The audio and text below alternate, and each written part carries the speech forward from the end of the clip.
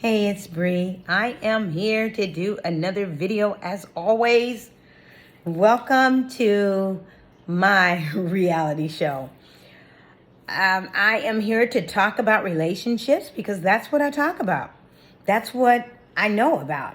I know about relationships. And my relationships are not just limited to love relationships. They're relationships with my family, relationships with my children, relationships with my animals and employers, and Facebook, my friends. The relationship, though, that I talk about today is my marriage. I'm recently divorced. Divorce is final. So here I am. I am single after being in a committed relationship for 16 years. Whew! I don't know if there's a lot of people out there that's been in a relationship for that long, and now here you are in your late or early 60s, shall I say, and I mean, seriously, but it's okay. I am fantastic because there's no other option but to be fantastic. That's it, that's all. That's it, that's all. Okay? And I am happy to be divorced. I have no regrets. Had a good relationship. If I had to tell someone, I mean, I did a lot of things. We went a lot of places. We had a good relationship. As long as it wasn't behind closed doors. We had a good relationship in public. But behind closed doors, it was a different story. And that's what I want to talk about. Behind the closed doors. But at the same time, there's no victim, so I'm not being a victim. I'm going to share my experience because I believe there's someone out there that needs to hear it. You need to hear it. Okay? And it might come in like a part 1 or a part 2, or I'll keep going on, or you can ask questions and then we'll go from there. But just for tonight, let me talk about what I endured. I was in a relationship for 16 years. However, I endured throughout my relationship a form of abuse. And abuse, it wasn't physical abuse, right? And it was comfortable abuse. Now that sounds crazy, right? That really sounds crazy, but just follow with me. It was comfortable. I was able, so I thought, to ignore it and to keep doing what I do.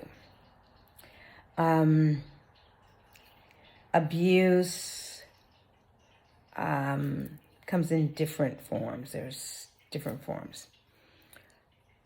I experienced financial abuse, which came by way of financial neglect.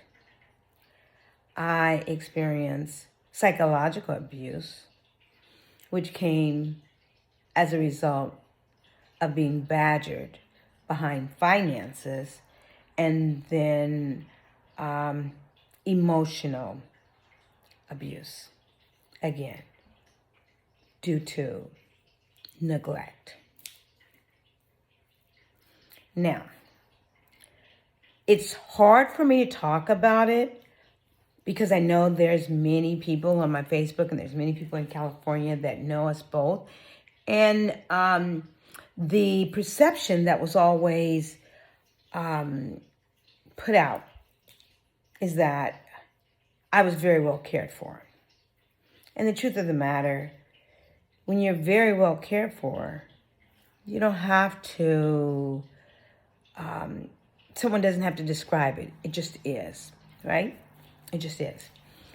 I'm going to keep it on the first form of abuse, which I described, which is the financial. So in my relationship, I've always worked and I've always paid everything, all my bills. Every car I've had, I've paid. Everything that I've ever had, right down to my red bottom shoes, I paid for. I've always paid. I've always worked. However,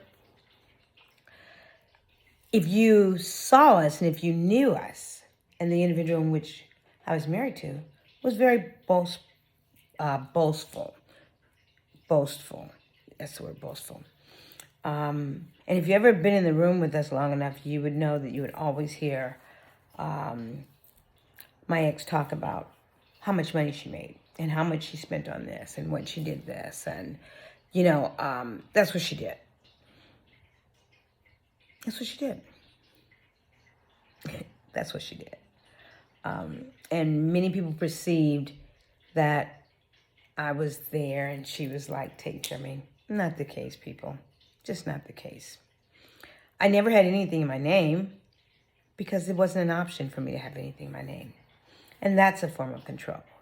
Everything was always in my ex's name. Any home we had, any car that she had, any RV.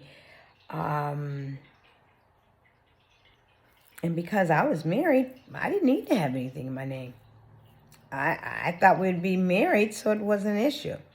Until it became an issue.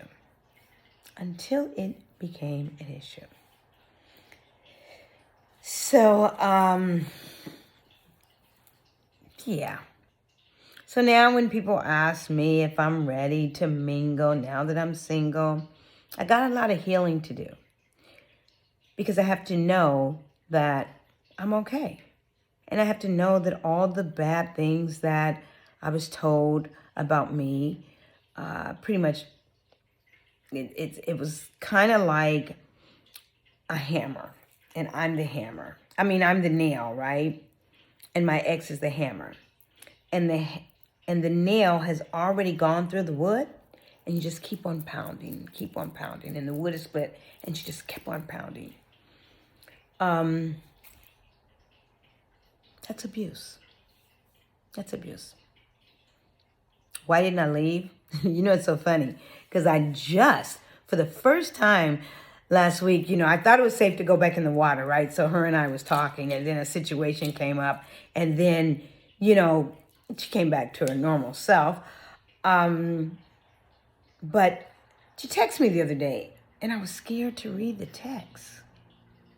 My stomach went in knots. I was scared to look at my phone. And that's when I realized, this isn't healthy. And I need to heal.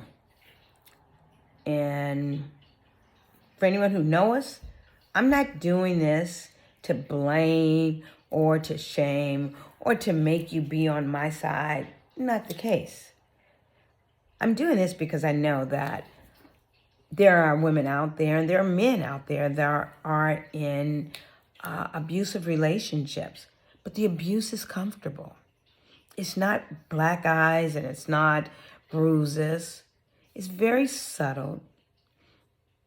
And on the outside, everything looks good. There are many people that know me on Facebook and that know the two of us.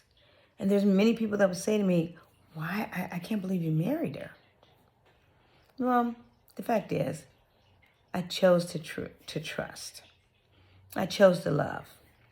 Knowing what I knew, I did what I did. Anyway, so I'm here on this Saturday night having a conversation with you and letting you know no one should have to endure any type of abuse. And sometimes you have to endure it to recognize you don't have to endure it. Everything starts from the inside. So if you're experiencing any type of abuse, it doesn't feel good. If you find yourself crying more than you're laughing, or if you're just miserable, you know what? You don't have to be. You just have to take the first step.